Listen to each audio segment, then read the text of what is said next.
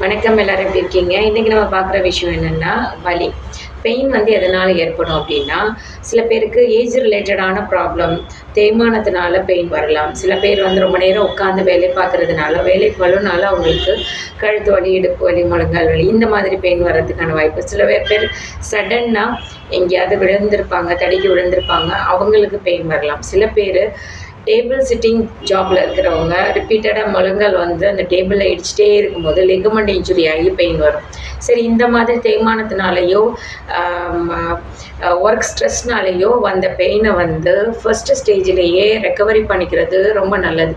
First ஸ்டேஜில் recovery பண்ணிக்கிட்டோம் அப்படின்னா அது அடுத்தடுத்த ஸ்டேஜ் போகாமல் நம்ம பார்த்துக்கலாம். இப்போ ஃபர்ஸ்ட் ஸ்டேஜில் நம்ம ரெக்கவரி பண்ணிக்கல அப்படின்னு சொன்னால் அடுத்த ஸ்டேஜ் போகும்போது இடுப்பில், ஃபார் எக்ஸாம்பிள் இடுப்பில் மட்டும் வலி இருக்குது அப்படின்னா அது இடுப்பில் மட்டும் அந்த பெயின் வந்து செகண்ட் ஸ்டேஜில் தேர்ட் ஸ்டேஜில் இருக்காது. அடுத்தடுத்த ஸ்டேஜ் அதை சுற்றி